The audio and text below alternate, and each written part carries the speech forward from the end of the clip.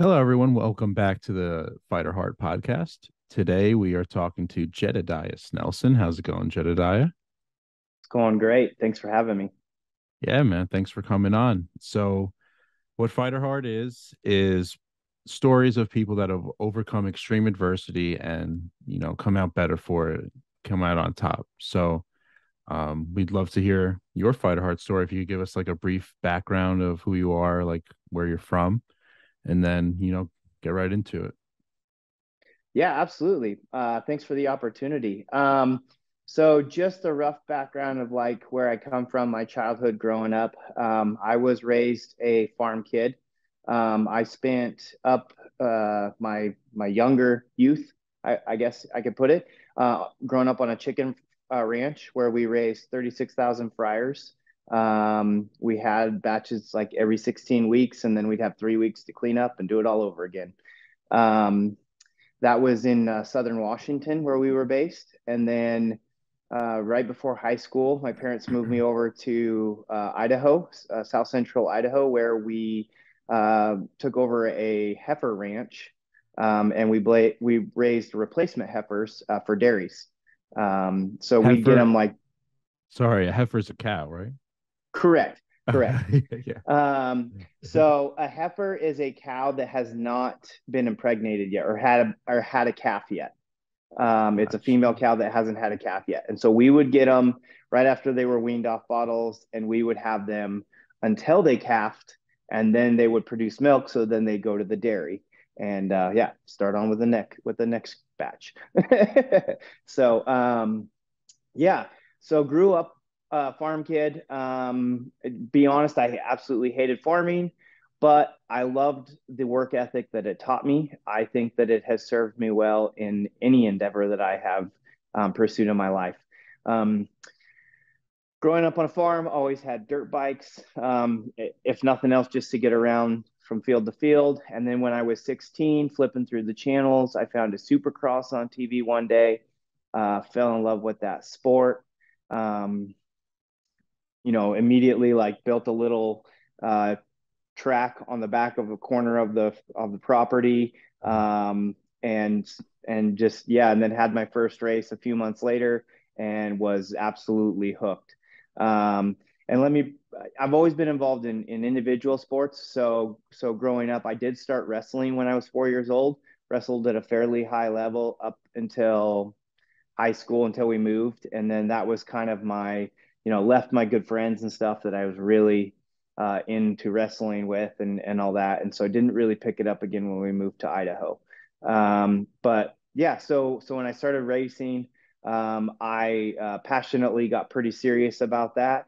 I raced for 17 years. I raced 5 years as a I always compare it to baseball, a minor league pro.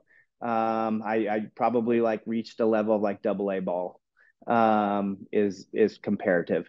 So did that from there. When I retired from my professional racing, I transitioned into being a strength and conditioning coach, and trainer for pro action sports athletes. I did that with primarily supercross, motocross at the major league level. I worked with some. I had fortunate to work with some of the uh, um, factory riders in that sport, and then also picked up some X Games athletes. Worked with them, some MMA fighters on the side, some guys that race snowmobiles professionally. So all the different action sports. I was firmly based in that, and did that for a while, but that was not a family job. Got married during that time, had our daughter, was based in Southern California, because that's kind of the hub for motocross, supercross, or it used to be at least. And so didn't want to be an absentee father, not a lot of stability working in pro sports. So transitioned out of that, moved back to Idaho, got back into insurance. I had worked in insurance prior. It was when I was racing professionally, it was kind of always my well, it was my source of income for one, and it was always my backup because I knew I was never gonna, make enough to make it, as a minor league professional racer. But yeah, so then I started picking up racing recreationally again, and that's when I had my accident. And when I say recreationally, I still raced at a fairly high level. I was racing the vet classes, but I raced a regional series and was traveling one a couple championships and regional series. And so I still did it as if I was racing professionally. Like that's just how It, I'm built. So it doesn't sound recreational if you're playing for different championships, right? right, right. So yeah, I was doing that regionally, and then that's when I had my accident at a winter race, in the off season.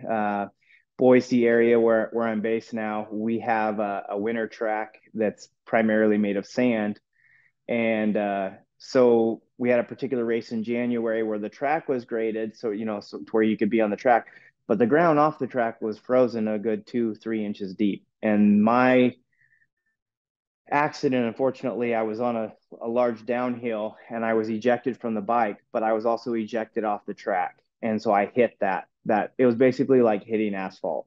Was it And it like during a race or were you like warming up or No, it was during a race. It was actually the first lap of the race, and I'd gotten a bad start and I was trying to make up ground. Um, and then I hit it. yeah. So yeah. Jeez. Yeah, and that was so that caused my paralyzing accident. Just to kind of give you an idea how bad the accident was, I hit face first and did what they call a scorpion, where my heels literally hit myself in the back of the head, dislocating my spine at the T12 vertebrae. They don't think that's what paralyzed me, but the problem was after I hit, I then ragdolled for another 15, 20 feet at least, before coming to a stop. That completely shattered my T12 vertebrae, causing damage to my spinal cord injury, fractured multiple ribs, shattered my sternum, punctured my lung, dislocated my left shoulder, also dislocated my left hip. And in the process of dislocating my left hip, it actually sheared the head off of my femur. So I had to have another surgery as well to reattach that and put it all together. So Were you able to brace yourself at all before, or is it just like a split second? You couldn't even. no, no, you actually learn. It sounds messed up, but you go limp. I just remember you fly through the hair, you're going to hit the ground, and so you just try to relax and just go with it as much as possible. Um, So they teach you how to because fall when you're first learning. I so they don't nobody teaches you, but as you pick up experience, 17 years of racing and whatnot, like you just learn there's better ways to fall than trying to brace yourself. Because usually when you brace yourself, you typically mess things up even worse. It's like being hit by a drunk driver, and the other person's completely messed up because they saw it coming, and the drunk driver walks away fine because he was completely relaxed. Wow, yeah, that's a good Um, point. Yeah. yeah, so so it sounds kind of twisted, but you just get comfortable knowing that there's going to be accidents at times, and I can't even tell you how many accidents I've had that I should have been in this condition, just from the degree of them, but yeah, didn't get hurt, just got up and moved along like Can prior you to walk that. can you walk us through the moment before it happened and then the next moment you remember after? As far as the moment, so the I guess to get in more detail, there was kind of an uphill that had a sweeping corner into this very large downhill. And when they drug the track, it actually pushed some of the sand out on the outside border. And so I'd actually found a line in practice where I was coming up that small uphill and just able to hit that outside and not let off, and just basically slingshot the corner and give me an incredible amount of momentum coming down the hill. So when I got a bad start, I knew that was my line to pick off guys right away, because I hadn't seen anybody else do that, and at least in my class. And so that's what I did. But the problem is I got a little bit high on the berm, and it was loose sand, and it grabbed my front tire, and it just kind of like stuck me to this little ridge that had built up on the outside of the hill all the way down. And so instead of like trying to fight it and get out of it, I was like, well, I'll just ride this ridge all the way down. Well, what I didn't know was near the bottom of the hill, they'd actually taken a dozer and pushed a line through that ridge because the small bikes, when they race, they didn't go up the big hill. And so they had made a course for that. Well, I didn't know that. So I got to the end of that ridge and just realized that I was going to hit the other side. So I tried to jump across, but I didn't make it. My back end hit. It, like I said, it threw me over the bars. I probably flew a good 30, 40 feet before even hitting the ground. And it's just a familiar feeling. You're just kind of flying through the air. You know it's going to hurt. And just in your head, you're just like, oh crap, you know what I mean? Or or what was your various versions of that. before this accident? What was your worst one before this? Oh, I can't even. I mean, I've had so many. Like I've had starts in races where I'm going 50, 60 miles an hour and somebody happened to cut across my front end and it wiped me out and it just ragdoll and yeah, I multiple concussions over the years. For whatever reason, I like to hit my head.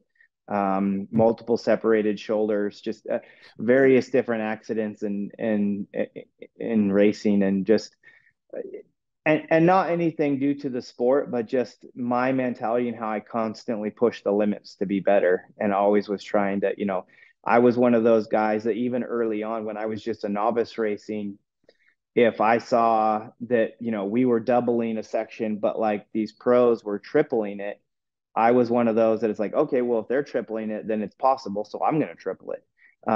Even though I didn't understand at that time that there was an experience level that yes, I could triple it when everything went right.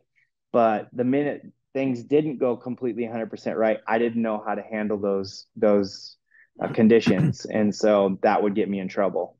Yeah, and I'm sure you still apply that kind of mind state to your life in a different way now, like tenacious mindset of just getting better and better, right? 100%, 100%. Yeah. Yeah, I'm one of those that my wife says I have the Jordan effect where if I set my mind on something like to a fault, let's be clear, to a fault, I completely like tunnel my focus and everything else goes out the window and that's all I can see in front of Yeah. me. So, That was um, Kobe, yeah. Kobe and Mamba yeah, mind state, right? yeah. Yeah. So So, what do you remember right after the accident? Were you conscious like after you? yes. So I was knocked out unconscious for a few minutes. I did suffer a TBI as well, a traumatic brain injury. But it just flashes, bits and pieces, right? And then also what others have described to me, kind of like, even though I don't really remember it, it fills in the holes where I can kind of paint a picture based on my experiences and what they tell me. But basically, it was like any other accident I came to, and my immediate reaction as a racer is, I'm fine. Like, just give me a second. And so that's where I was. Like, the paramedics were on me already. People were trying to help. And I'm like trying to push them away, going, just give me a second. I'm fine. Like and they're going, you're not fine. That was not, I'm like, no, no, no, no. I probably know it probably looked bad, but I'm okay. And the fire department was the first to respond because they're the closest to that track. And so the firefighters are trying to like brace me. And finally, one of the firefighters, he saw the frustration going on with me. And finally, he stood up and yelled at everybody, like, fine, just get back, give him a second. So they all like step back. And I was like, okay, I'm going to get myself up. And then that's the moment where I realized, like, I can't feel my legs and I cannot move my legs. Wow. And so I was like, oh, and so I literally looked at that firefighter and I was like, okay, you guys are good. Do your thing. Like, Yeah. Do what so, you gotta do. uh, Wow. yeah. So yeah. So, and then just the next few days is just a few flashes here and there of just, minor memories. But, it was a few days later, I was in ICU for quite a while. I have a couple just blur memories from being in ICU, and then really my first memory was when I got transferred into a regular room um and just yeah, kind of being in the hospital and everything like kind of coming to fruition of my situation. Did the doctor just come in there and tell you, look, like this is the deal? And did they tell you you would be able to recover? They're very honest. I had a great surgeon, and he basically just was like, I have no idea. he said, based on the damage that you have, if I was a betting man, I would guess you're probably not going to walk again. But he was like, but to be honest, like we just don't know. Like every case is different, and it never comes out how we predict. So I don't try to predict. Um, so yeah, he basically was like honest, which I very much appreciated. And he was like, you got a long road ahead of you. So So when was this, by the way? so that was January 26th of 2014. Okay, got you. So what did it look like from leaving the hospital? Like, obviously your life changed drastically, right? So what was your new day-to-day kind of? Yeah, well, the hospital wasn't a short journey. So I was in the regular hospital for about another week and a half, I believe, before I was transferred to a rehab hospital where I spent almost 3 months living in a rehab hospital. Um, I went into the hospital under a condition where basically to get me out of bed to do anything, like I was completely immobile myself. And it was they'd use a crane. Basically, two nurses would come in, they'd roll me to my side, they'd put this big like kind of like canvas or sheet, I don't know what you call it, but underneath me, they'd roll me onto it, and basically like you imagine a baby with a stork, they'd pick up the corners and hook it to this crane, and that's what they'd use to get me out of bed, to put me in an electric wheelchair at that time to even just get around. um, and then from there it was just learning how to, like, just little baby steps, like rolling myself, like picking up, until eventually by the time I left the rehab hospital, I was deemed independent. And that was actually kind of a cool deal too, because the head nurse, when he checked me out, they kind of go through their procedure of, kind of checking the boxes to make sure I'm cleared to get out. And then he stopped in the middle of that interview with me, and he said, I have to tell you, he said, you're the first person that I've ever come in that came in under the use of a Hoyer lift. That's what they called that lift, that you were in that bad of a condition. And then actually get to a spot where you're leaving, checking off completely independent. He says, I've never seen that before. So that was kind of a little like reward for me. And it definitely like made me feel good and kept me motivated. So It's a tribute to your hard work and the same mind state um that got you there, yeah, to the professional level. the rehab hospital was tough for me. I mean, like I couldn't sit still. Like I would have my therapy, and then fortunately I had a great therapist that was very open to new ideas or new things, and kind of understood my mentality once he got to know me very quickly. And I'd be like, so I'm going to come down to the rehab room by myself when I have extra time. Um, I can figure out things on my own, or you can kind of let me know what you think I should, which he was more than happy to do. But that was kind of like, well, you can try to fight me on this, but I'm going to do. So I would spend extra sessions going down and hand cycling or just whatever I could do on my own to try and continue to rebuild, because I just didn't want to sit around. Yeah. And then there would be times where it was just, fatigue, going through that. And I couldn't do more whether I wanted to, or not. So, Yeah, yeah. That's like Kobe getting in the gym, for the yeah, game. Get as much exactly. practice in as he can. Um, Exactly. so those 3 months went by at the rehab hospital. Then what? How did it go from there? There's still a lot of struggle, a lot of figuring out daily life, how things worked, how my body reacted to daily routines. We were renting a house at that point, looking to buy, but hadn't bought yet. And so I'm in the hospital. My wife was doing a house search on it. Just, I mean, it's amazing. The journey she went through was just as rigorous as mine, honestly, in the everything that was thrown onto her plate all of a sudden. And found a house that was fairly accessible, but still had to go through some remodeling. I mean, I remember we're trying to do some really minor remodels in the large picture of things, but like, like completely changing out the flooring to all hard floor and all that kind of stuff. Making some sinks accessible, making our bathroom accessible, widening a couple doorways. But that's going on while we're trying to live in the house. And I remember just like I still had no energy. Like I would do things for a short period and then sleep the rest of the day. So Like at one point they're working in the bedroom and on the bathroom, and so I'm sleeping, recovering on a mattress that's placed where the kitchen dining table should be, just so I can rest and sleep while the other guys are working. And Yeah. so yeah, just a lot of that type of stuff, and figuring things out. And then I immediately, because of my training background, and actually I was still training some athletes at that time.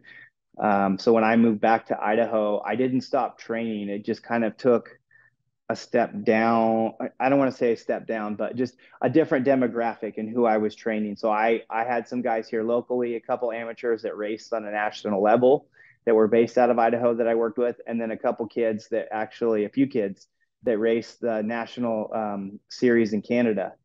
They were pros up there, and so, it's kind of like when someone doesn't make it in the NFL, so they go to the CFL.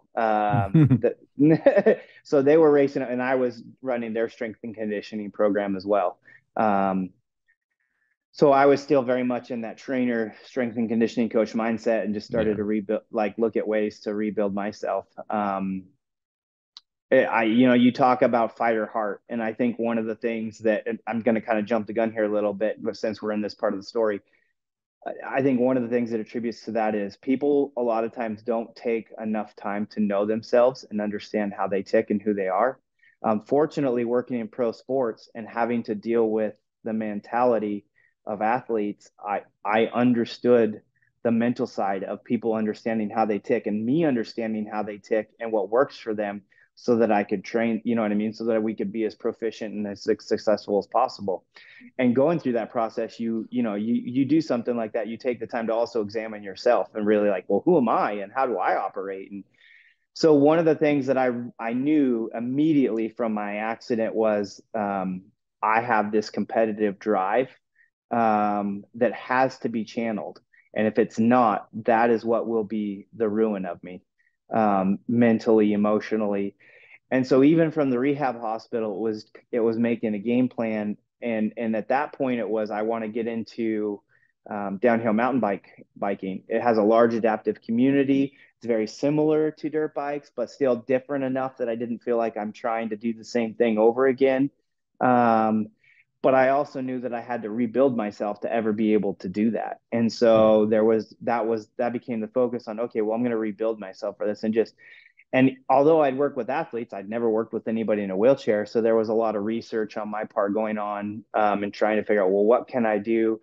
Playing with things in my garage with some of my athletes helping me. They'd have their training session and then they'd kind of help me, when I was trying to play with these ideas to figure out workouts.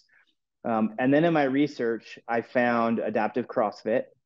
Um, a couple individuals that had been playing around with it, and then an organization called WheelWOD that was put together by Chris Stoutenberg, who is a CrossFit coach, and gym owner up in outside of Toronto, Canada. And he had started an organization called WheelWOD where they were building adaptive CrossFit, and I found that. Started playing around with a lot of stuff from that, and then that was like October through started in October of 2014. Every February, March timeframe, CrossFit does the Open, which is a worldwide online competition. Used to be over 5 weeks. It's now over 3 weeks, where they release a workout each week. Everybody in the world in the CrossFit gym can participate, and submit your score. And so you can kind of see where you rank or what your tier is worldwide. And so Chris Stoutenberg, who had WheelWOD, was basically taking those workouts when they were released and would adapt them, for just seated athletes at that point.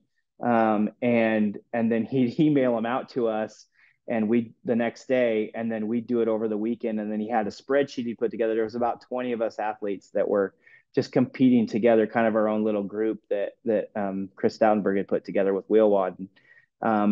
From that first week when I did that workout, I went into a local CrossFit box to accomplish that workout, and I was hooked. Like, I knew this is where I was supposed to be. This is where God wanted me. Um, and so the mountain bike stuff was gone, and all of a sudden it was focusing on this new path of competing in CrossFit and fitness. So So And that's that's where where you're I'm at at. now. Yeah, I was just gonna say that's where you're at Yeah. now. So So almost how 10 often do years. you okay, how often do you compete like on a yearly basis?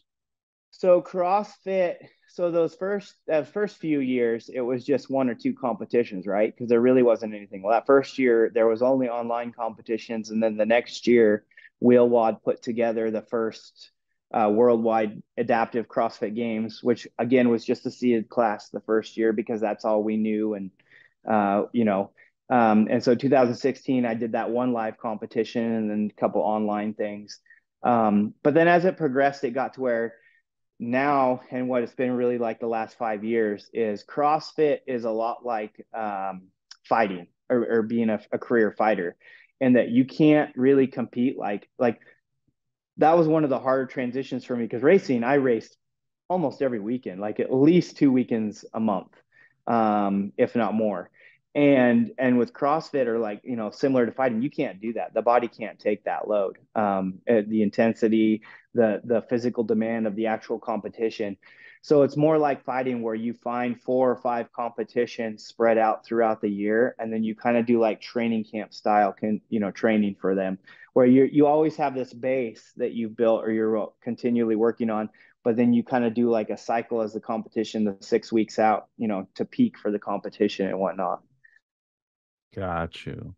So um obviously COVID you didn't even compete obviously the whole year, I'm assuming, right? We did. We did have everything just went online. I think I did 3 competitions that year, but it was just all online. Well, and Yeah. actually, to be fair, I did have one live competition. There is one called Wadapalooza, which is a large international competition in Miami that took place in very first part of February, and so we did have that competition. Um, Right before before the world shut down. uh, In fact, my wheelman that traveled with me and has helped me for a lot of these, he actually got COVID from that competition and came oh home and my was God. was not good. Like so, and we, Yeah. didn't realize what it was honestly until a month later, and he was like, "Oh, that's what that was. That's what I got in Miami." Like because obviously it was a little bit of a hotbed for it, where the Super Bowl had been there the month before. Oh wow, I So forgot about that. there was all kinds of people traveling to Miami and a lot of exposure between Super Bowl just being there and then all of us, there about 10,000 people coming in for this CrossFit competition. Yeah, yeah. Who knows what happened? Yeah. Right? So Uh, anyhow, so now fast forward to this year. Have you competed this year yet?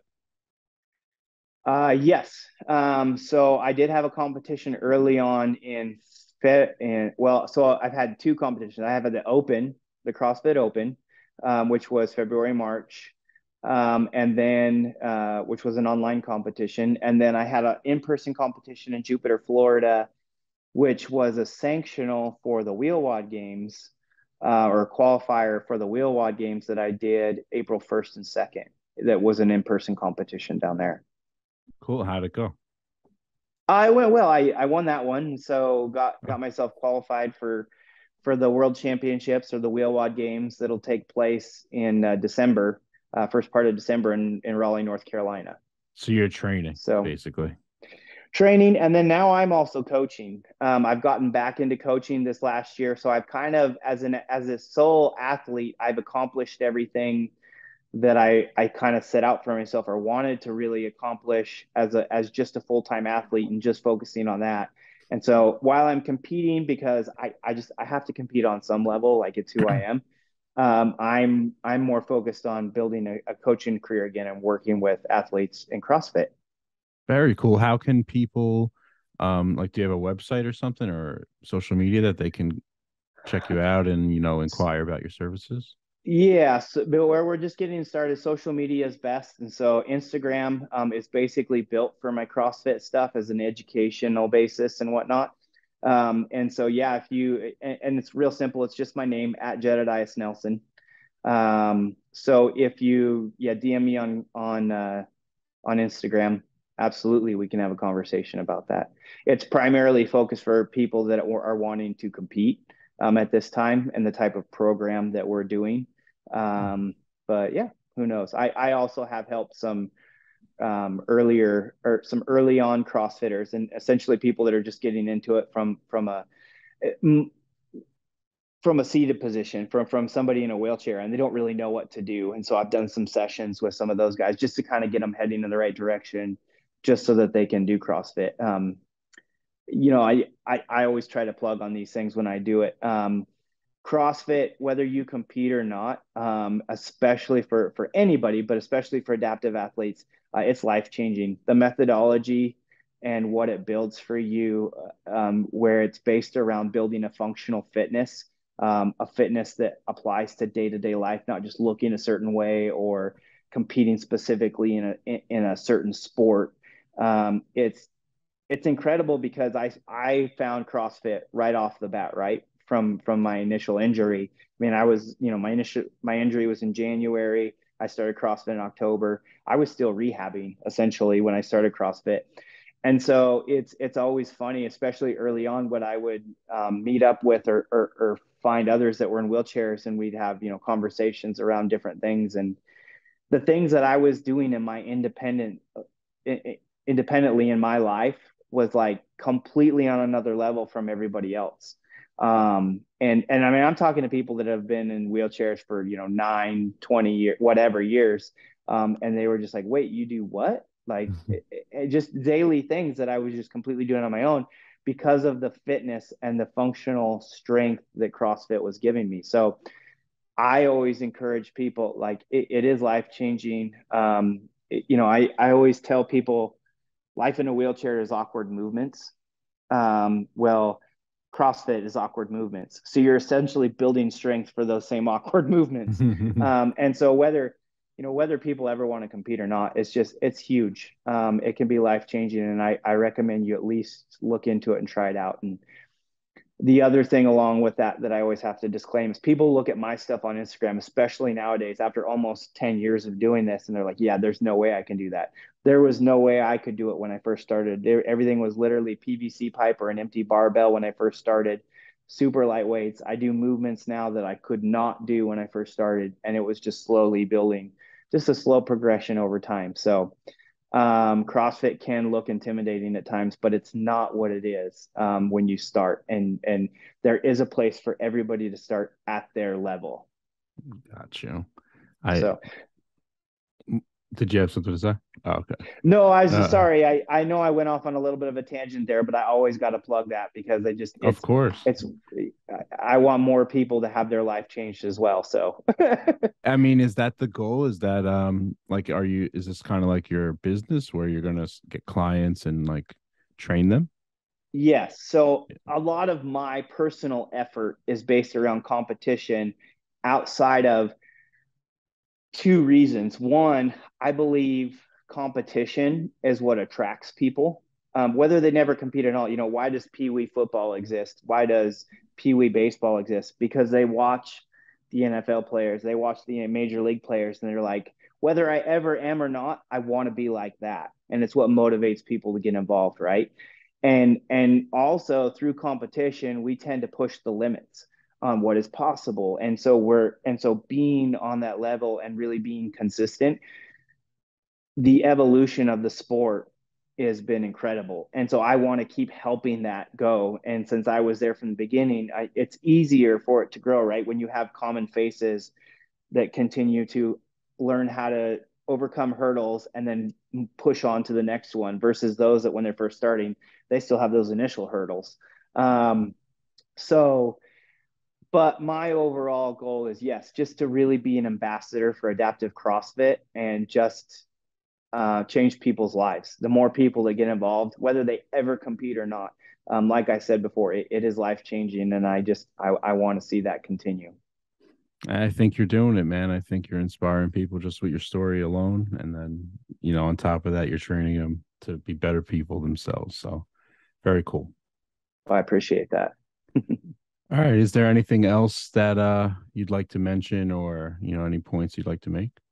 I guess one thing I'll leave you with kind of this thought or perspective. I don't want to bash your podcast, but you talked about talking to people and sharing stories of those who went through extreme adversity. One of the reasons I think that I was able to overcome extreme quote unquote adversity is that in my experience, what I've learned is that there is no such thing as extreme adversity. And what I believe is all adversity is equal. And the reason I believe that is just one through my own experience, but I don't care what it is, what people face. It can be a financial crisis in their life, it can be a relational crisis, it can just be personal turmoil, it can be a physical situation, whatever that adversity is, it doesn't matter. When you, as an individual, have that on your plate in front of you, it can feel just as daunting no matter what it is.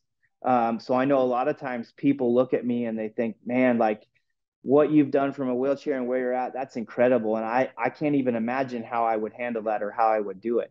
And the reality is that I've had other situations in my life. I've had relational adversities that I did not personally handle the right way, and they almost destroyed me um, in my attitude and how I worked through it.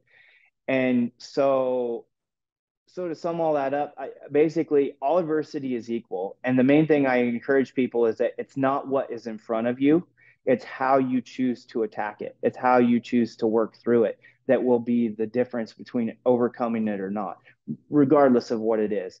And whatever your problem is, don't diminish it, because all adversity is equal and it can all either overcome you or you overcome it. And so that's just the trick, right? Is having this mental attitude of just keep working through it one step at a time, no pun intended, and and just doing what you can. But your problem is no smaller or no greater than anybody else's. You just have to take it on yourself and have that attitude to choose to take it on it and push forward. Yeah, you're right. Extreme adversity is subjective, right? It's what you could think is extreme adversity, someone else could think it's easy, you know. One So, hundred percent. all right, very cool, man. Well, thank you so much for coming on, Jedidiah, and we'll be sure to look at your Instagram, right? And that's where we're going to reach out to you. No website yet, but be on the lookout. Correct. Got it. All right, thanks a lot. We'll talk to you soon. Everyone else, thanks for listening. We'll be back next time for another Fight Hard podcast.